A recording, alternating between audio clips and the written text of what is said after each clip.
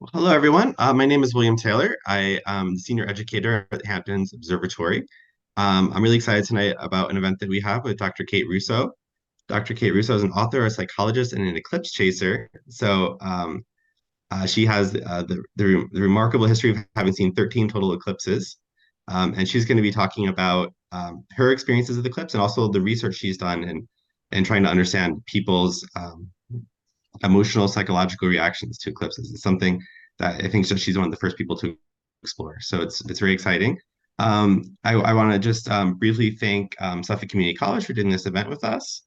I also want to let you all know about an event we have on November 30th with Joe Rayo, who is going to be talking about astrometeorology. So a very important subject for us who like eclipses. We have to know where the skies are going to be clear. We need to figure that out. That's the most important thing of seeing eclipse, as I'm sure Dr. Russo will let you know more about. So, without further ado, I would like to give a warm applause to Dr. Kate Russo. Well, thank you. Really nice to be here. So I'm beaming in from Australia, and it's 10 a.m. in the morning over here in Brisbane. And so delighted to see you. Well, I can't see you all at the moment, but delighted to talk with you about eclipses. So before I start with my formal presentation, I might just open up with one of my eclipse experiences, and I'm choosing the totality experience I had in Mongolia, which was in 2008. Now, I'm sure some of you have seen many total solar eclipses before, and maybe some of you were there in Mongolia too. So if you were there, do put a comment in the chat, so I can know if your experience was similar. But for that eclipse, it was actually quite remote, and we had to travel a fair distance to near the border of Kazakhstan where we were going. And so I joined a little group tour, and on eclipse day, most of the people in the small group were down below, but my hubby, my friend, and we climbed up the hill to be able to see the total eclipse and to experience it on our own in isolation. And we selected a place where, when we were on top of the hill looking out, we could not see anything man-made. It was just so different and unique, and there were no roads, there were no power lines, there were no houses, no structures at all. And watching totality at that point was really very, very special. And my memory of it was that we were quite high up. We were watching it unfold. The temperature was dropping. There was quite a lot of wind that picked up. So it was really very windy. And then the moon's shadow just swept across, and it was just so dramatic and beautiful and awe-inspiring. And for me, whenever that moment of totality starts, it's like everything locks into place. It's like this locking, and then it's there and suspended in time while you're in that darkness. And one of the most powerful feelings I remember for that eclipse was that feeling of time being inconsequential. And normally you feel that. I normally feel time stops during totality. But for this one, it felt like time was didn't really matter, because I could have been thousands of years in the past or even in the future, because where I was, there was nothing that indicated I was in year 2008. It was quite I don't know, very unusual experience, I think. And not only with that came with that sense of any moment, I could be standing there with people from that culture at that time as a human being, having the same physical emotions and reactions to totality. So it was that sense of being not so much transported in time, but actually just there in the moment, and time was irrelevant. That was one of the most profound moments I've had of that sensation. But during that eclipse, there was that sense of beauty. I was able to see the moon's shadow swoop across the landscape, and it ended, and it was dramatic and beautiful, and the same emotions that I normally get. It's just condensed into that very small moment of totality. And it was, oh my goodness, it was just, everyone is special, but that one really stands out for that reason. I'm aware that I normally talk about my first experience, and there is something very unusual about your first experience, because you think you know what's going to happen, but nothing can prepare you for the emotional side of the eclipse. And I'm a psychologist, so my background is in clinical psychology. I've done a master's, honours, doctorate, and for many years I was based in Belfast in Northern Ireland. And I was assistant course director of the doctoral training program in clinical psychology. And my research methodology of choice was phenomenological research. And that means that I research the lived experience of events that have profound impact. And so I look at what those impacts are and how do we make sense of our experiences.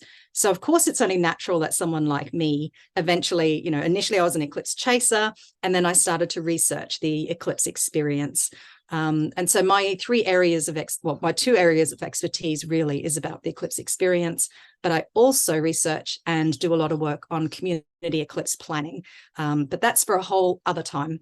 And what we're going to focus on now is the researching the ineffable. So the ineffable actually is, and can someone just give a thumbs up, or William, can you just give me an okay that that's working? Yep, looks great. Good, thank you. So the ineffable means that it's things we can't express. We have difficulties in trying to find the exact words to really help us explain an experience that we have. And often it's because these experiences are just so profound that there are no words to describe it, but these experiences have a very physical level. So it's an embodied experience. And when we relate that to totality, there's the sequence of the total solar eclipse going across, and the ineffable bits really are these moments here. And that can be as short as earlier this year in April, I saw the total eclipse in Australia. So we had 56 seconds where we were. So it can be condensed into that 56 seconds and probably, a couple of minutes on either side. Or like next year, we've got the total eclipse in the US, and it's going to be 4 minutes and 38 seconds, I think, for those in the maximum duration. So that's a long period of time to have that intense experience. So that's the exact moment. These are the exact moments that I think are ineffable. From that moment when you just recognize that you're in the final stages, you see that creeping darkness coming towards you, the hair on the back of your neck starts standing up, and then everything that you think you know about the world completely flips as it becomes quite dark, and then you're standing there in the moon's shadow and you're looking up at the most wonderful, beautiful experience. So even just that, it's a roller coaster of emotions, isn't it? And it's the ineffable. And so here's one of my video. I'll call them eclipse friends, because sometimes they're going to describe some element as we go along about what I'm talking about. What I saw was just beyond incredible. I felt just blowing my mind, absolutely blown away. I can't describe it in words. It was just that, what you cannot describe in words is what it was. That's ineffable. And a lot of people say that about the totality experience, and sometimes some people are good at putting words to it, but that can actually take quite a bit of time when we have a think more about it and then make sense of it.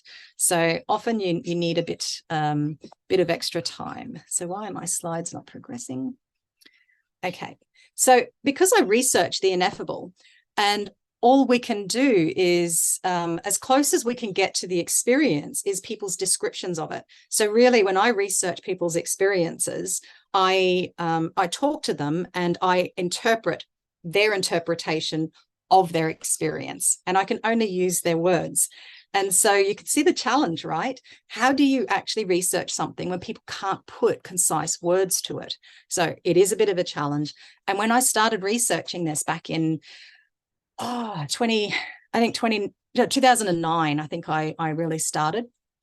I was curious, but I knew that I needed to research eclipse chasers, because we are the people who experience this again and again. We are more likely than others to have had that time and processing and ability to make sense of the experience. So we are more likely than a first timer to be able to put words to it in a way that I was able to research it. So I sent out surveys to a lot of eclipse chasers, and the surveys actually gave an indication. I asked people to describe their what happens to them in that moment of ineffability. And what was really striking was the similarities in what people were saying. It was a roller coaster of emotions, but most people were actually experiencing the same roller coaster. We're all on the same ride together. And of course, we interpret things different. We make sense of that in a different way. But that was the first indication that, yes, there's something about the essence of totality that we can capture here. So from those surveys, I was able to pick out a few people who were able to describe things in a lot of detail. So I deliberately put in open-ended questions, and those who were able to really pinpoint what they were, how to communicate about it, they're the ones that I then followed up with interviews. And so and this led to my first book, Total Addiction: The Life of an Eclipse Chaser. So by doing in-depth interviews with a group of people who had seen multiple eclipses, they were really good at being able to communicate what they felt. They could put words to the ineffable, and they allowed me to interpret and make sense of their experience. But by doing this with a very small number of people, I was able to pull out the essence of the totality experience. So, and I'm just going to cover this very briefly here, but there seemed to be 3 elements that were quite profound for people who were chasing eclipses. The first was that intellectual appreciation of what was going on. That sense of how amazing it is that the moon is just coincidentally the perfect size, that when it's in position on that day, when you're in the path of totality looking up, that it coincidentally creates those circumstances that allows us to see the beauty of the total solar eclipse. And we're able to see the beauty of the corona and all the features that we see, the Bailey's beads, the diamond ring, the inner corona, the chromosphere, all those things. I mean, how amazing is it, that coincidence of scale? And it's also that sense of the rhythm of the universe and how that works, and how precise that is. And, when you're sitting there at every time, just at the start of totality, the time that it's going to happen, that it's started, but it takes us a little bit longer for us to appreciate that the moon has actually just started to cover the sun. And when you get that moment, that first buzz that the eclipse is happening, I mean, isn't that a really great moment? Because there's something about it's happening as it's meant to, as it's been predicted to, as the universe continues on its own plan, even without human intervention. There is something quite staggering about that. And then we also understand that we're experiencing the universe in 3D. So the moon's shadow is cast upon us. And so all those things allow us to have that intellectual appreciation. And for some people, that's really quite profound. But that's just one element of the eclipse experience. The second element seemed to be that in the moment human response. So this is that period of ineffability. And by putting words to it, there seemed to be that similarity across people. So that initial sense of wrongness, that, you're watching the eclipse, you're noticing that sometimes, that the temperature is dropping, maybe the wind is picking up a little bit like I had in Mongolia. But there comes a point where you realize, the universe is actually, this is very different to how it normally is. And I always try and communicate this, that, it's like when you see a cloud and you see the dark storm clouds, but it's not cloud, it's actually the sky that's darkening, and then it comes towards you. There is something quite unusual and, in some ways, when we think about it, quite frightening about that, because it's just outside of our normal everyday experience. And every one of these eclipse chasers that we did a deep dive interview did talk about this sense of primal fear, that acknowledgement that this is the end of the world, or, they could understand how other people who didn't know what was going on could interpret it like this. And many people actually have that goosebumps, the hair on the back of your neck standing up, that profound sense of awe that it's something that's so different and so vast. And then as the shadow just is cast over you, you can't help but be in awe of the universe. It is so profoundly powerful, vast, and we really do understand the significance. Well, we are responding to the significance of that particular moment with that emotional response of awe. And with that comes that sense of connectedness. So we actually feel connected to something or someone greater. The eclipse chasers that I've interviewed, and in fact, most people actually don't ascribe it to a religious figure. They ascribe it to the universe or, Mother Earth, but it's mostly the sense of the universe. You feel connected to everything that's going on rather than just feeling like you're living your own complete independent life. And then this sense of euphoria. And so I'm sure that when you've experienced totality, or that you've seen videos of people experiencing totalities, you'll feel this wave of emotion that you can actually, I get goosebumps when I listen to people having this emotion. So it sort of happens as the shadow starts sweeping in. And it also happens towards the end as well, where you start to realize, oh my goodness, it's going to end soon. There's that suspense in the middle that feels like it just, lasts forever, but when it's going to end. And there's that panic response of like, don't go. But that euphoria when it happens, it's very powerful. And then as the moon's shadow continues its path and you return to normal everyday life, you have that amazing urge to repeat the experience. And as people say, one of the most common questions after a total solar eclipse is, when is the next one? And that's what that is all about. So, I've taken, I don't know how many minutes to be able to describe those things that people experience, but we feel that in a very concentrated time period. So you can understand why that element of it is very difficult to communicate with others. But there's the third element of the eclipse, or the totality experience. And this is where it taps into potentially having a transformative impact, because our sense of time is altered a little bit.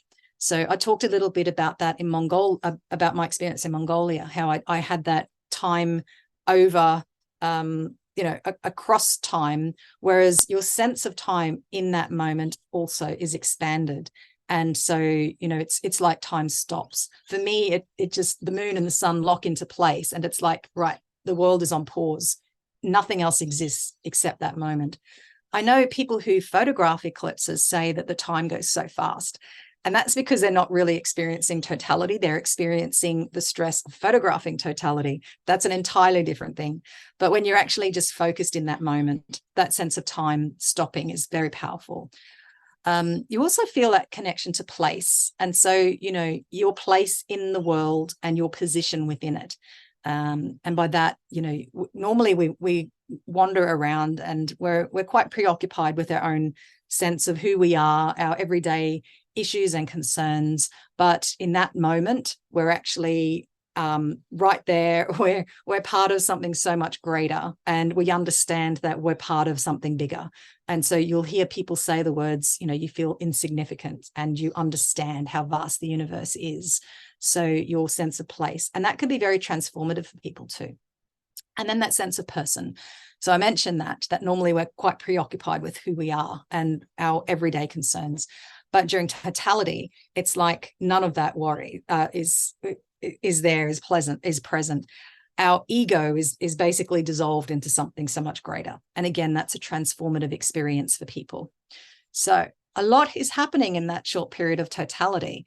And often one of the things I'm asked to do in media interviews or presentations, people say to me, right, can you just say it in 2 or 3 sentences, what totality is? Like, why should people see it? And it really is quite hard to condense all that down and, or else just say it's so much more. So over time, I think based on the interviews and the research I did there, I've been able to have this shortcut. Totality is the dramatic moments of awe, beauty, and wonder we experience within the moon's shadow. It happens above you, around you, and within you. So that's my response to a quick soundbite, because it's kind of impossible to really punchy describe what totality is in a short sentence, really. So I'm just going to delve a little bit more into these elements of totality. So above you, these are all the things that we see and experience, you know, that we see and we notice. So the corona is absolutely beautiful. And this is taken, this is an image taken in 2012, and Miloslav Drukmala has this, started this processing. I think there's about 70 images stacked there, and the idea is that this is the visual represent the what you see represented in a photograph. And the techniques now that are available to capture this, I'm just so in awe of these people who can do this, and there are a lot of people who do this now. But and the 2012 eclipse was just beautiful. It was like perfectly surrounded and just looked like the petals of a flower. Every corona is different, and it's so beautiful when you see, when you're looking there and moments ago the sun was there and then it's not. It looks like there's a hole in the sky, but as your eye becomes adapted, you see this corona around. It really is one of the most beautiful things that you can see.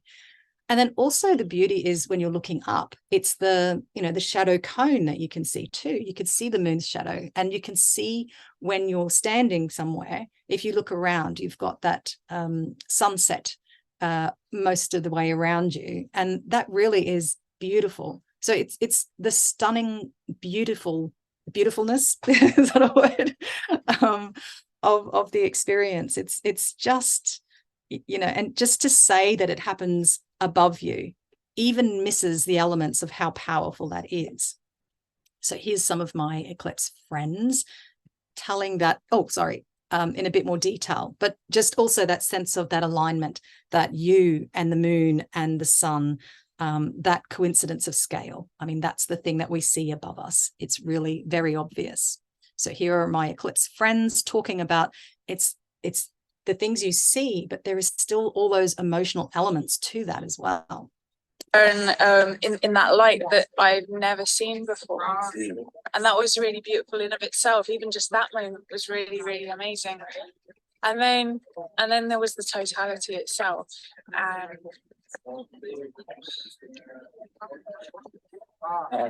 just wow, like, oh my god, it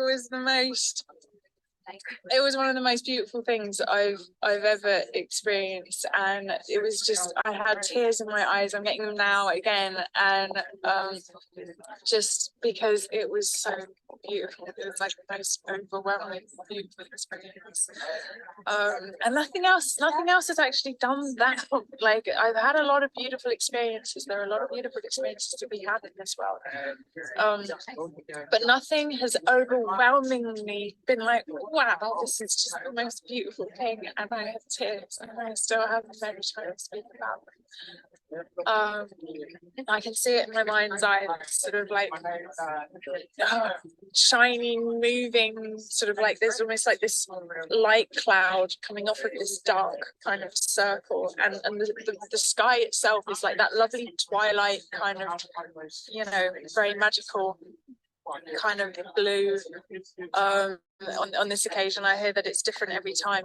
And there were two stars that weren't stars, they were planets. There was like Venus and Jupiter as well were there. And yeah, that is what was the biggest thing about it, just the overwhelming beauty of that experience, and how it sort of keeps on making me cry. I think she captures that really well. But it's, even though we're defining it as the things that you see above you, it is still impacting you very powerfully. So now onto the around you. So this is the environment, the things that you notice. The totality experience is very immersive. And I think it's unlike any other celestial event that we're experiencing, any other like natural wonder we're experiencing. You can go to the Grand Canyon and you can look and observe, but it's not that fully immersive where the temperature drops, the shadows change, the the light quality differs. So there is so much more. And you know, this is actually my very small personal group in 2019. So we were on the border, near the border of Chile and Argentina, and I like capturing the you know, I put my camera away from everybody and just capturing how people react to how we all react to totality, because you can see us all looking around and taking in everything around us while still having those emotional responses. So I'm not going to show that as a video, but here's some people talking about that sense of being around. So this is actually Michael, and Michael, I did this video actually just a few weeks ago during the Ring of Fire in Texas. And so even though this is an annular eclipse, we did not experience totality. Michael, I think, sums up really well. So it's something about the being around, the importance of seeing things in context. That was really cool. So I have a bunch of like artwork and like media that uses the image of like a ring in the sky eclipse. It's very evocative. It's very, you know, powerful. And just like Simon was saying, the ability to look up with the naked eye for a little bit and see it through the clouds, ring hovering in the sky, you know, the real ring of fire. You know, it's one thing to see it through like lenses and goggles and the solar telescopes and all of that stuff. That's totally another thing to be able to look up and see in the context of the mountains and the hills and the clouds and all the people around the ring of fire. Really just breathtaking. It's going to be hard to imagine something more powerful when the total comes in, people. But oh, your mind's gonna be blown, and looking forward to it. This is my first time being right under the path for any kind of solar eclipse, and it won't be the last. And here's another of my eclipse friends, and she's talking about just the things that she noticed around as well. The shadows were some kind of different. The air got colder, and then it got warmer at 2 minutes later, and okay, no, and I started to cry immediately. As soon as I saw it, I started to cry. And I said, what's happening? It was so releasing and beautiful. So it just shows you that even just around you still has that emotional impact. There is still so much going on. So it's not like we can neatly say that there is separation between what you see and what's around you and then the things that happen within. It's all quite blurred in there during the totality experience. And so the within you, and obviously this is the hardest things to capture. And if you've ever seen my lectures before, you know that I actually use this quite a lot. This is Ryan, who saw his first total solar eclipse in 2017 with us. I was leading a tour group. We were in Jackson, Wyoming, and immediately after, I think we were about 2 or 3 minutes after the eclipse, I was able to capture this interview.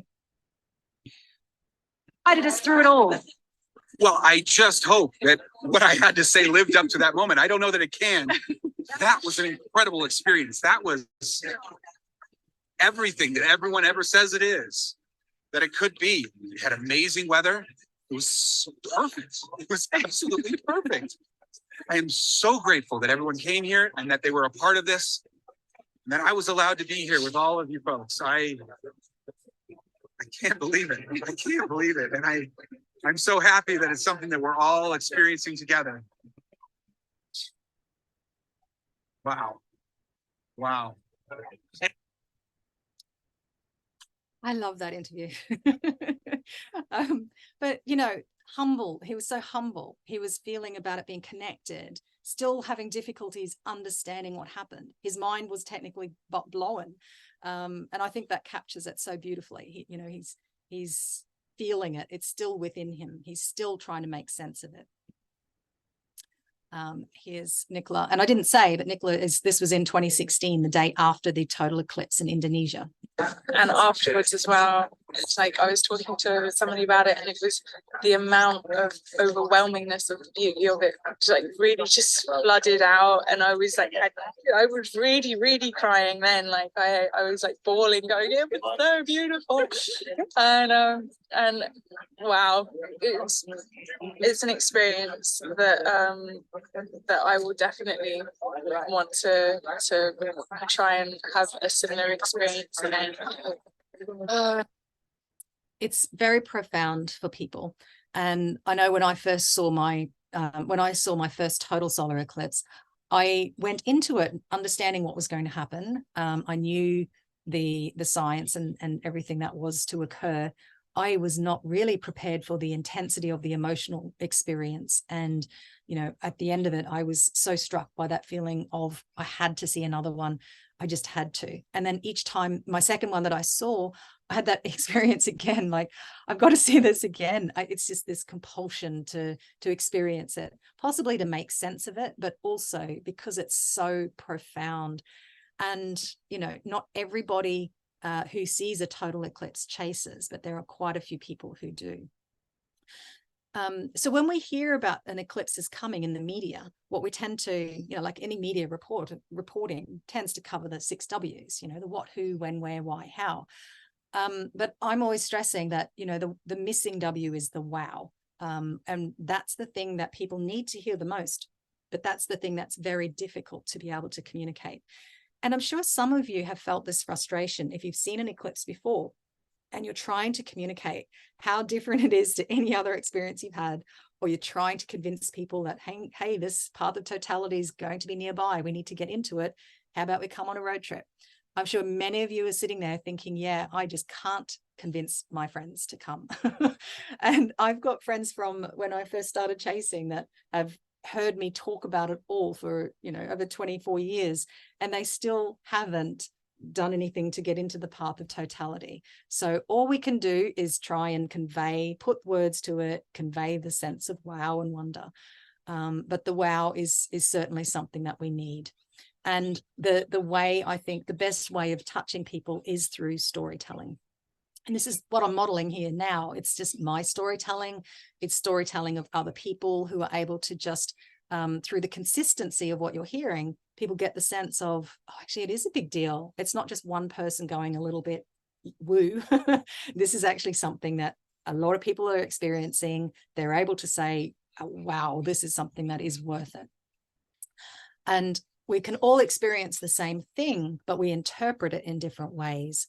And I think that's the power of storytelling, because it allows that individual person to be able to explain what happened to them and then talk about the impact that that's had on them and how they make sense of the experience.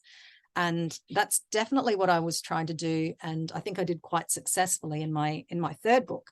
It's ordinary people sharing their extraordinary experience of totality and how they changed. Because my approach to this research project, which I completed in 2012 in Australia, was that I wanted to interview people about to see their first total solar eclipse, but I wanted to interview them before their eclipse and then after the eclipse, because I wanted to capture that moment, that magic moment where people's lives are transformed. And so it's through those storytelling, that method of storytelling that's very powerful. And one of the reasons I wanted to do that was to try and help people understand that any ordinary, normal, everyday person who, you know, they may not have, you know, they may not have looked through anything with a telescope before. That doesn't matter. It's a very powerful, unique human experience that everybody can enjoy. And so, especially for people preparing their community for a total solar eclipse and they've never seen one before, I think storytelling like this is really good, because you've got the essence of the experience, you've got how people make sense of it, how they were beforehand and how they are afterwards. And I think I do that pretty much after every eclipse. So this is me in Indonesia. I went to a Western festival that had people gathering for a couple of days. And then I was able to do, it was like an eclipse love-in, really. We all sat around and in this beautiful man-made structure, temporary man-made structure. And then we all shared the mic. I did some of the video recordings. So I was able to use this more to understand a bit more in depth about the experiences of connection, like what are people connecting to, and a little bit more about trying to put words to the ineffable. So I've done that since then, and you know, I did it in 2017. I don't have the images here. 2019 in Argentina with my small group. We had COVID in between. You know, the pandemic meant that I missed 2 solar total eclipses. So that paused for a little while. But the April eclipse in Australia here, I was able to continue on with my video snippets afterwards, and some people before as well. And then also in Texas, I did the same. I was interviewing people a little bit before, but also after, about their experience of annularity. And interestingly, I'll come back to this, but annularity I thought wasn't going to trigger awe for people. Turns out it does.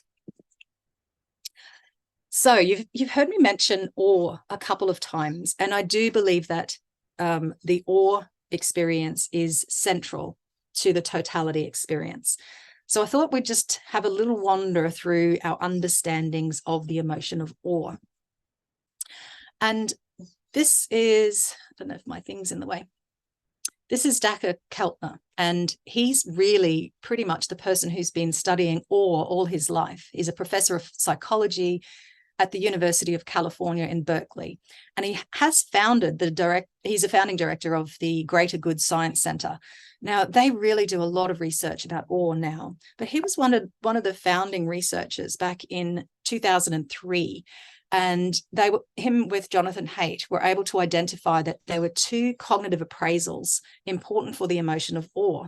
And that's something about vastness and accommodation. And that means that the trigger had to be something that indicated to us that it was so much bigger or powerful than we were ever expecting it to be, more powerful than ourselves. And then also that sense of accommodation, that the way we thought about that had to change, or the way we experienced that had to change the way we think about the world. And it's having those 2 elements together that is the components of our cognitive appraisals for awe. So that was known in 2003. And I think over time, he was doing a lot of research. But it has to be, you know, now we're understanding a lot more about the emotion of awe. Because for many years, there wasn't really that much in terms of psychological research understanding awe and what it was all about. But now we know that Keltner has identified that there are a couple of additional elements in there. So when we experience awe, there is that sense of time, that disruption. So I mentioned before for time during totality, time stops. And you might know the concept of flow. So that concept of flow is that when we're in a particular moment of time doing something that we enjoy and that we're fully immersed in. So for me, it's playing the piano. Other people, it could be running a marathon, could be washing dishes. But that moment of flow is that you're purely in the moment, and time goes so fast. So for me, I could sit down and play a couple of, strong, long pieces, and then I could stand up at the end of it, and, an hour and a half has passed and it's just like nothing. Whereas totality, time stops. So he's also recognized that self-diminishment. So that sense of we actually feel smaller and more insignificant in the world. We feel connected to the greater good, and that we have physical sensations along with it. And usually awe is associated with goosebumps and, the hair on the back of our neck standing up, those emotions. And traditionally, awe was associated with a bit of fear and that sense of wonder. And more recently, I think there's a sense that some research is just focusing on awe as a positive emotion. And so, there are some additional questions about, well, what is awe, and how does the awe with all positivity differ from an experience of awe that has an element of that physical threat, which totality does. So he's done a lot of research over the years, and he's actually recently put out a new book, which I haven't been able to get access to yet. He does a podcast on the science of happiness. So he's got a lot of material, and he's an amazing person. So, but awe, we're interested over time. And I just saw this little Google Trends graph about how our general interest in it, and in the psychology field, there's now a lot more that we understand about awe that wasn't available when I did my book in 2000, my first book in 2009, 2010. But now we know awe can be a trait. So we know some people are more prone to having awe experiences and being open to having awe experiences than others. And so some of us, maybe we're sensation seeking, maybe we're driven by values, maybe it's driven by our sense of being connected and doing things for the greater good, or it could be that we put ourselves in situations that we experience awe, and then those are the byproducts of experiencing awe. So it's still difficult to say, but there's certainly a common theme from personality research that says that if you're open to experience versus the need for cognitive closure, then you're more likely to experience awe and seek out awe in your life. And we know now also, we've known a long time, that awe is a state, and that here are some potential triggers for awe. So this was identified in some of Dacher Keltner's research in 2018. So they were putting together an awe experience scale, and they wanted to test that idea of, does awe have the vastness and accommodation, but how valid are those extra things in there, that sense of time, the connection, self-diminishing.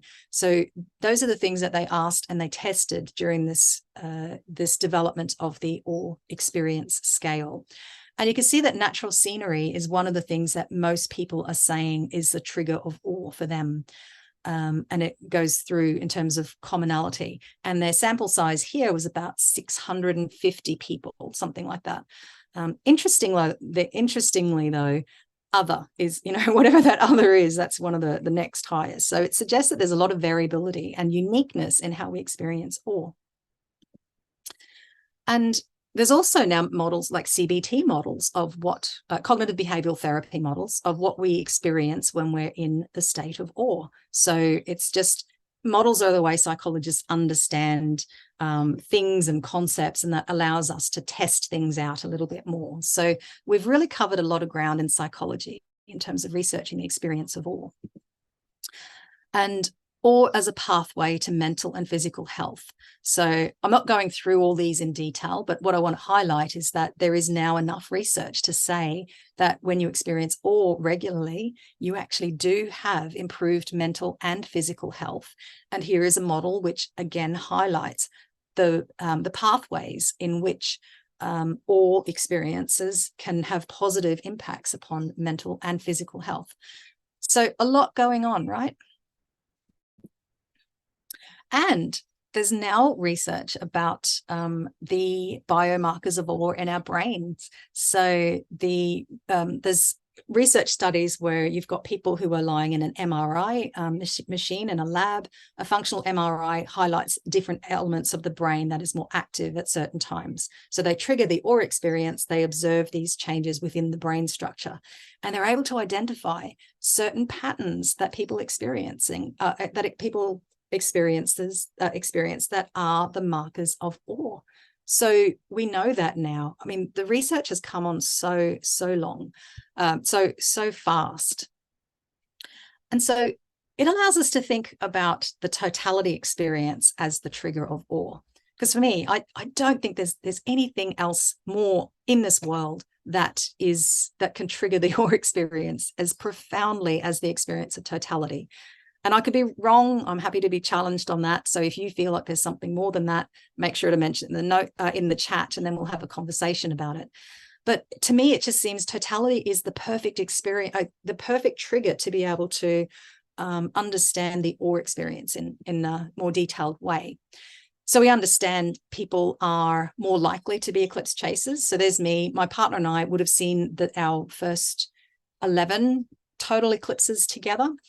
And I'm the eclipse chaser, and I will go anywhere and any place around the world to experience a total solar eclipse. It is just who I am as a person.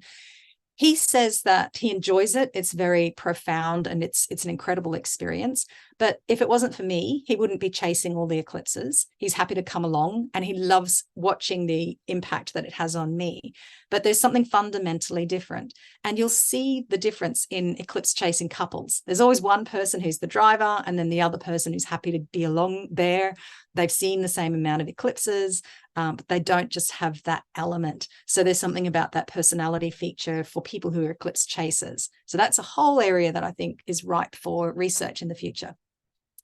And also that sense of some of us are more prone to goosebumps and feeling things physically than others. And so this is our eclipse friend, Nicola, who you've heard from a little bit.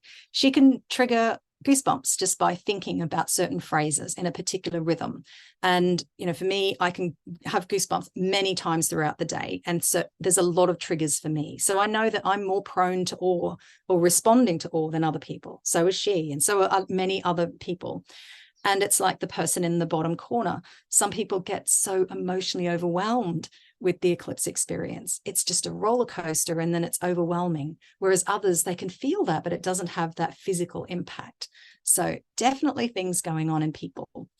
And when we experience things in the world, it's very sensory. So, we have our nervous system. We've got the sympathetic and the parasympathetic system that, and I won't go into detail about this, but our experiences are very much through our this is how our sensory experience of the world. And so, how do we capture that excitement that's there? And this is where, the latest, because I'm delving more into the research about the awe experience applied to totality now. And so Project Awe is something that I've been thinking about for a long time, but the technology has actually just arrived. And in December, I went to a conference in New Zealand because I gave a presentation on how the experience of totality can actually be used for the greater good. So it's not just an individual transformation that can happen. I was actually putting out there evidence that collectively, potentially is that something that can be harnessed for the greater good, because we've got pro-social changes in behavior, altruism, thinking more about the social benefits. So while I was at this conference, one of the very last speakers was Drew, and he's pictured there. And he was talking about his own research, which was capturing the essence of flow experiences. And he was applying that to marathon runners and people who are rock climbing. So that sense that people really get into that moment and they're filtering every single thing out and they're just making decisions purely in that moment. And so he was applying these headset. They've got 5 sensors on and they're able to capture the brain waves while people are actually doing and engaged in their activities. And this is different to just doing laboratory experiments where, you're in a laboratory, you can be hooked up to things, but your triggers for awe are photos of something or thinking about a memory that triggered awe. Here we are able to do things in the real world now using tech like this. And he showed some data on some of his projects he'd done in the past. And I remember thinking, oh my goodness, we've got to talk. And so we spent quite a bit of time after this talking through about how this could be applied to the eclipses coming up. And I'm delighted to say that we were able to then move forward with a pilot project just for the annular eclipse there in October. So it's really exciting that this is the first time that we're actually using this technology in the field with a real life trigger of one of the most amazing awe things you can possibly experience. So there we are in Texas, and we came together and it was an awesome experience. Poor Drew, he has to work pretty much under time pressure to get everybody hooked up and connected. This was a pilot project. So before the first contact, we had a total of 6 people who volunteered and were able to have the headsets on. There's a heart rate monitor as well, which goes around your chest. And basically, it's just capturing the feed of your brainwaves over these 5 sensor points. And this is captured in a mobile phone that's kept there and then fed to a website. And then there's a program that allows us to interpret that in a little more detail. So we were able to capture that for the first time, and elements of that were able to go live. So I was one of the participants, and as we were going live, I was experiencing the solar eclipse. And then afterwards, I was talking to slew.com. So I did a live session there while I was still hooked up. My brainwaves are still visible, and we were just talking about the preliminary findings. So that was pretty exciting. And I'm just going to show you on the next screen some of the interesting things. So these are my brainwaves. And I know it takes a lot to, get your head around it. And I'm still learning how it all works. But basically, I don't know if you could see my cursor or not, but what we're finding is that this is the moment of annularity. And this is the shaded bit here. And so what we're looking at is that there was a peak in my focus, there was a peak in my motivation, there was a peak in my arousal, there was a drop in my inward attention, and then a peak in relaxation at the time of annularity. And these things are the markers of awe. And really interesting. So if I focus on inward attention, so there's parts of your brain that operate where, you know, where it's called our default mode network. We're thinking about things. We're just focused on making decisions about everyday life things. That dropped during totality, during annularity. Everything else peaked. And so, and you'll also see that I was also a peak in arousal and peak in relaxation at the same time. So some interesting things happening. And of course, this is a pilot. This is just the data we got at that time. There's a lot more interpretation. The heart rate data needs to be added to it. But for the purposes of what we wanted, it actually showed that I experienced awe during annularity. And I was not expecting that. I kept saying, well, it's just a pilot. We're just testing the kit. But there you go. You can see my brainwaves. And so we're looking forward to running this project again in April for the total solar eclipse. So it really is about another language, you know, where we're putting words to the ineffable by allowing us to understand a bit more about describing these things, but we're also being able to communicate on a physiological level. What's happening in our brains? What's happening in our bodies when we're going through these really intense emotions? So the total solar eclipse is happening April the 8th, 2024. And, you know, there's a lot of Americans who get a chance again to see the total solar eclipse. You know, you have to get into the path of totality.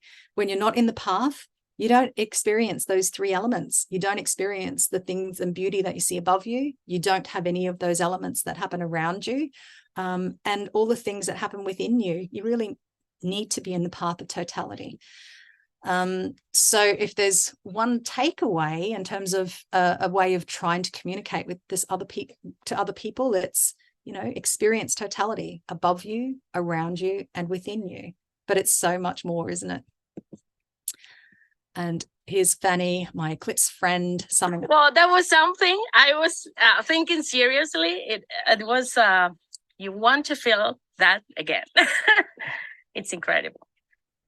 Beautiful. Okay, so this is just my info. I'm always collecting snippets of people's stories. So I put a QR code together. I'm going very high tech now. That if you experience the annular eclipse and you wanted to share what that was like, especially if you had an emotional reaction to it, do follow that, fill out the form, upload any things that you want, video or photos.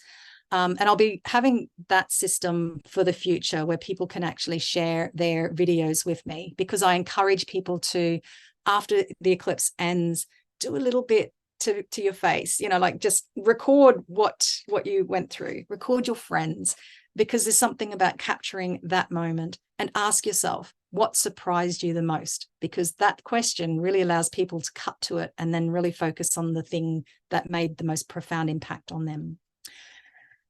So I thank you, and I'm going to stop screen sharing, and then we can perhaps have a bit more of an interactive discussion rather than me just talking to a bit of a blank screen.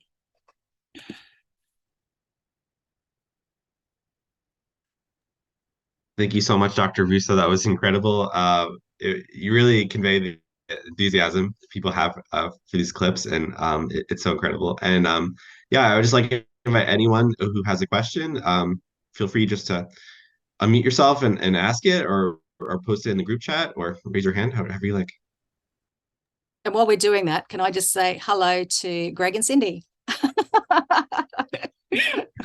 I'm looking through names here and I'm thinking, okay, who are people that I know? And Greg and Cindy just joined us for the annular there, and that was awesome. And they were so kind to just give me a little bit of nurturance afterwards too. My poor brain waves were overwhelmed. Yeah, could I ask a question? Yes. Okay, just wondered if you've ever had a chance to talk to, say, astronauts who might have seen a total solar eclipse and ask them to compare them. It's probably hard, but you ask what could be more awe-inspiring than seeing a total solar eclipse, it might be going to space. Absolutely, I agree with you, Clark. And there is something called the overview effect, where people have interviewed astronauts when they've come back from their adventures and seeing the Earth, our planet Earth, and everything that they know, everything and everyone within that from an external perspective. It really has to change your experience. And so there has been research in that. The overview effect is the name of the process there. It's quite similar to what we experienced during totality, but this is without going to space. So I'm sure that's even so much more profound. So you're right, because I should say it's the most powerful that we can have on this planet, right? But a really powerful video, and I show it sometimes in my presentations, is when William Shatner went to the edge of space recently with the Blue Origin, wasn't it? And there were people, they had emerged from the pod. There were TV cameras. He was profoundly impacted, and it took him a little while to be able to get his thoughts together. Everybody around him was celebrating and popping champagne. He was in another different world entirely. And some of the interview footage that you see of his immediate reactions, he was so overwhelmed trying to get his point across of how profound this was. Just got goosebumps talking about it. I highly encourage you to watch that. And then even afterwards, weeks, months, and he's done more work trying to communicate how transformative that was. And for him, what was surprising was the element of darkness and bleakness and loss. So it wasn't a profoundly positive, euphoric experience. It was that sense of nothingness and really profound. So thank you for asking that question. And I highly encourage everyone to look at that, all his things that he's been doing. Hello, Kate. May I ask you a question? Where are you planning to observe the eclipse in 2024? Well, I think I have to get a secret location, you see. It's likely to be in Texas and likely to be around the eclipse crossroads, because I've been there and I've been embedded in some of the communities there for a long time. But for Project OR to happen, I've really got to have much more control over the experimental, the experience of totality for the people who are participating in the project. So we can't be in crowds of people. We can't have other events going on, lots of music, other things. So we need to be quite away from everybody. So we're just seeking project headquarters, and we're going to just knuckle down and not really say too much about where we are. We haven't actually finalized that position. And all you can do is identify that. But of course, if it looks like it's going to be cloudy, then you have to have a plan B to relocate the day before, just to make sure that you get to see it. So I hope that answers your question. I got a rough idea, but not quite entirely. Where are you planning on seeing it from? I was going to ask that next question. I'm planning actually of going up to Buffalo because I don't have the time to make that trip down to Texas. I'm hoping that my chances will be better than average. But then again, I traveled to China for the 2008 total solar eclipse, and we were rained out. So there's no guarantees, but I'm hoping for the best.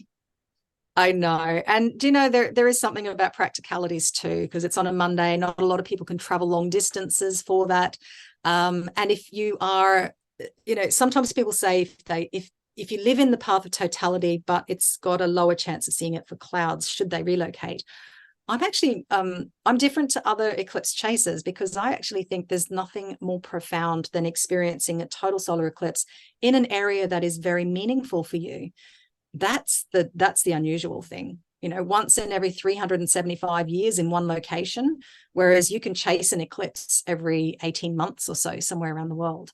So I think your plan is quite good, and all we can do is fingers crossed for you. And if it happened this year, you would have actually probably seen it, right?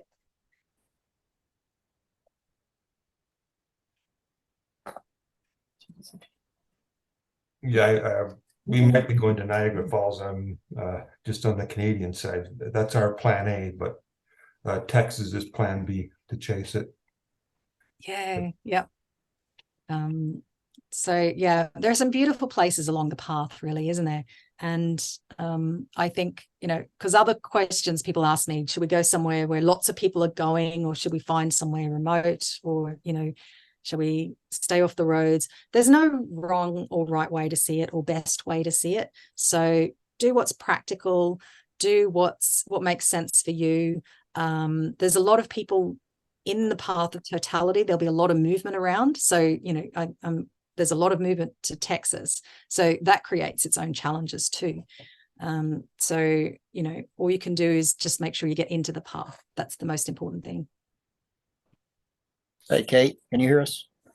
Yes. Hi, it's good to see you again. We we had such a great time with you at Garner. Unfortunately, we were unable to get a site at Garner for the total eclipse.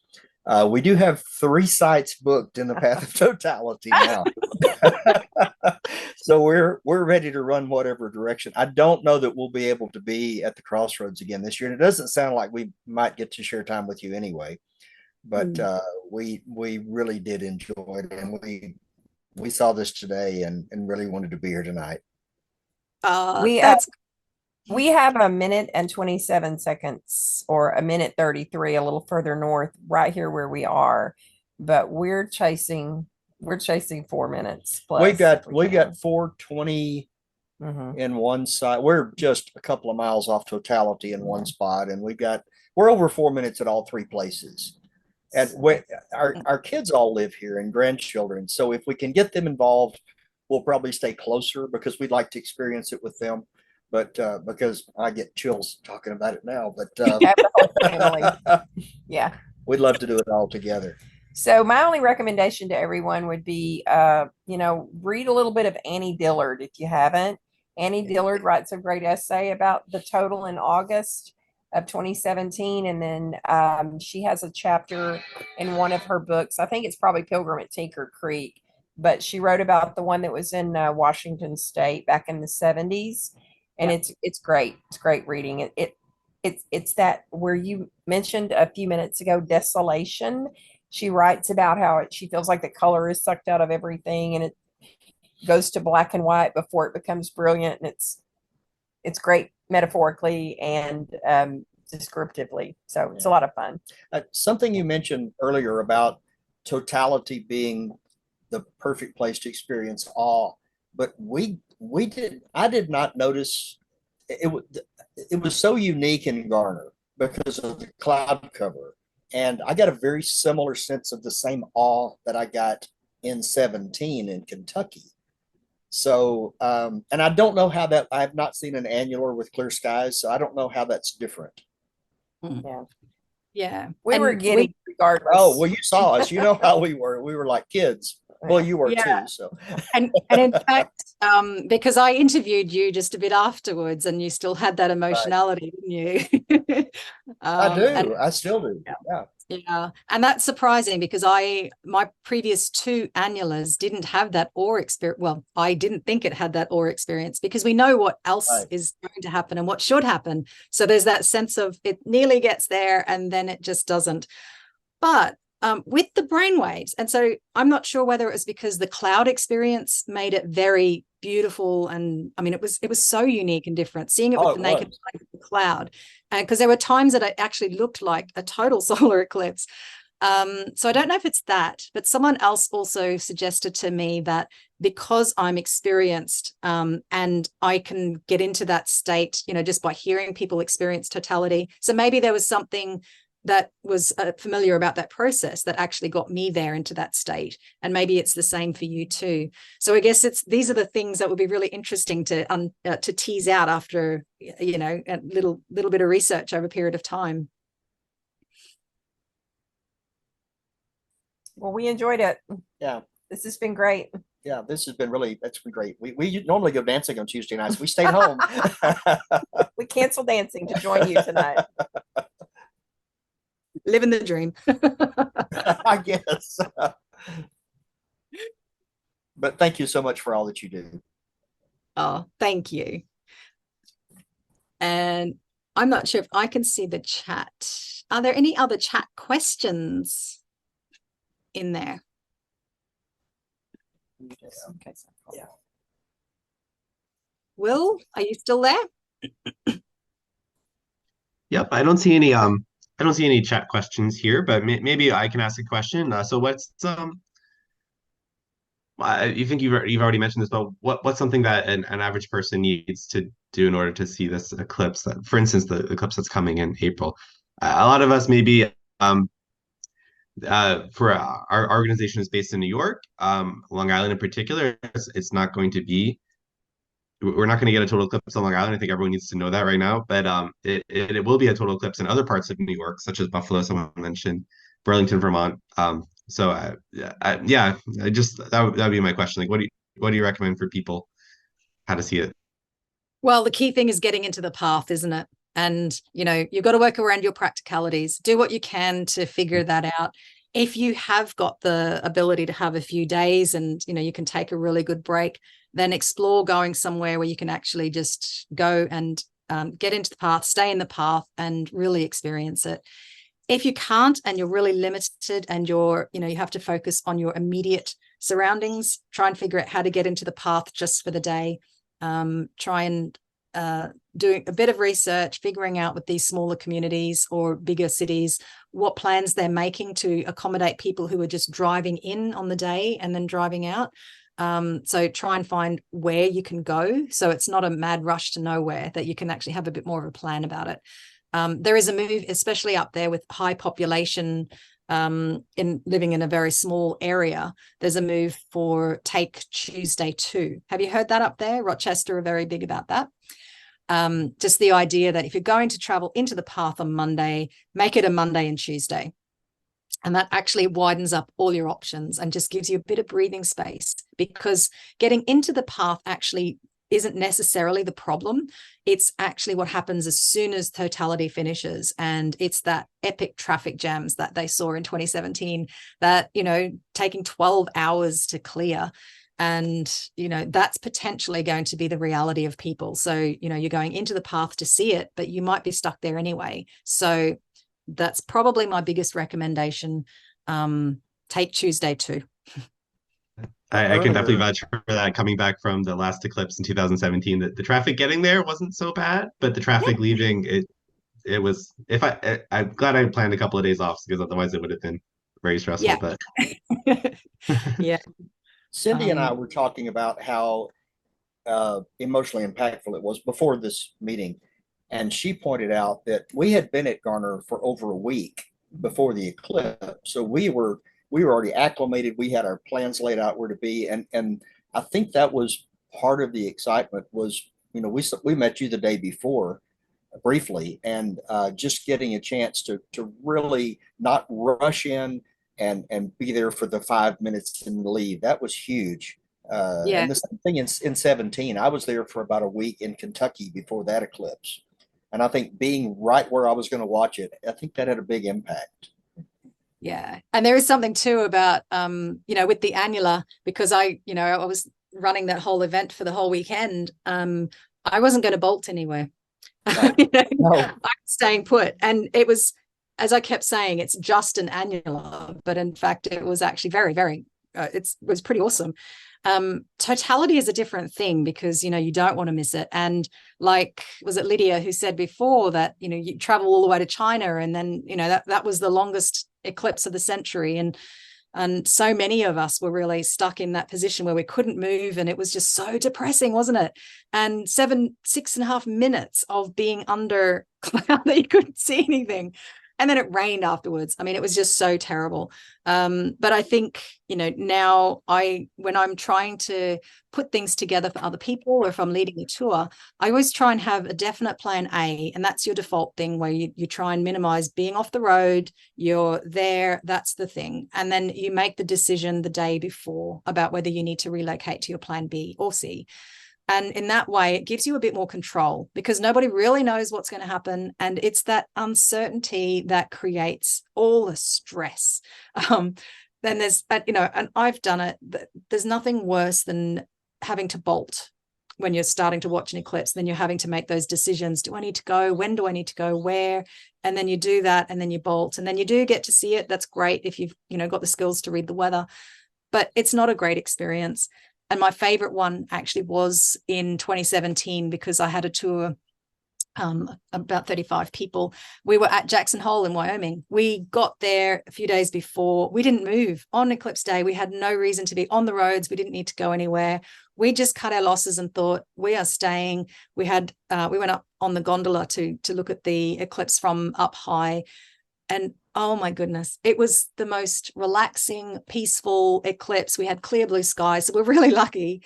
But like what you're saying there's something about that just allows you to see it and be in the moment, which is really powerful, isn't it?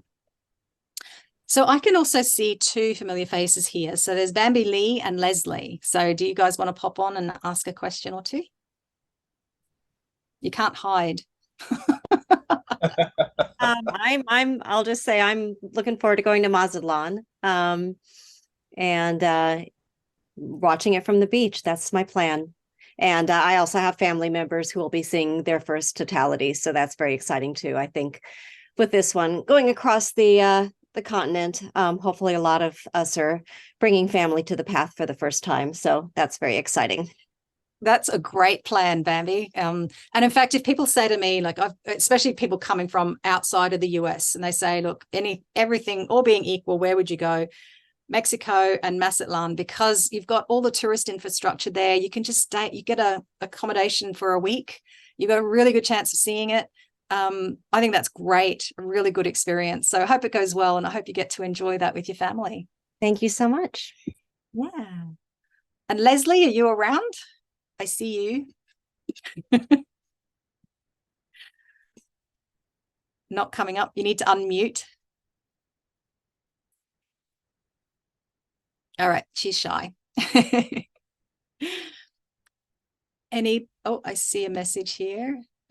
There's a podcast that Clark that you've mentioned. Did you want to say what that is about, Clark? Yeah, sure. It's part of the New York Times Love series. I don't know if you're familiar. Some of you will be familiar with them. They do. I believe they did a television show, but it's the 20-minute podcast about love stories. But this one deals with the 2017 eclipse in South Carolina, and it's quite funny. And it's supposed to be about love, but it's actually also about the eclipse, and they combine the two. It's terrific. Oh, I hadn't seen it actually, so thank you. Yeah, it's just a pod. I don't know about the show. This is just a podcast, right? You just listen to it, and that is the one thing. I was off of Exmouth in April with my wife on a cruise, and of course the conditions were perfect. And it's really nice to wake up in the morning knowing that there's 100% chance you're going to see it. There's no cloud, there's no rushing, as you were mentioning. But I think it was actually the funnest thing was to just put a phone on the video. And it wasn't so much the video, it was actually the audio that was more interesting. It's the people around you and how they react. And my wife said, why are you taking pictures? They tell you not to do that. Don't take pictures. Don't take pictures. And it does. It distracts you from, like you said, it distracts you from trying to absorb the experience a little bit. And it's very hard to do unless you really know what you're doing. It's difficult to get good shots unless you're extremely prepared and have a lot of experience. I agree with that because, the beauty of totality, people can take amazing shots. And I am so grateful for all of those who take photographs during totality. Yeah. I mean, I'm so grateful because I know that there will be amazing images, and that gives me the space to be able to just be in the moment. Each year I keep forgetting that I need to run an audio, because often I'm using my phone for other things too. So I then think, oh gosh, I need to get an extra device. So I've got ways of capturing the audio as well as filming, like I did in 2019, just filming our group reaction to it, because I think that's the amazing things. And audio for me is the one thing that always triggers off the goosebumps. There's something about sound, isn't there, that just brings you right back there. Yeah, the sound of other people. But oddly enough, the people that were telling you don't take pictures were taking pictures, right?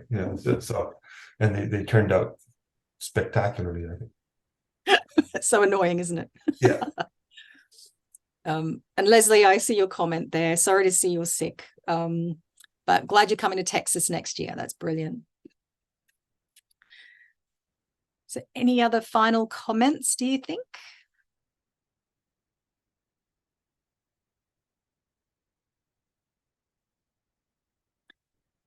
Okay. Well, if not, I just want to thank you again, Dr. Russo. This has been incredible. I know, just speaking for myself, seeing the total eclipses was a peak experience of my life. I was privileged to do it with my sister.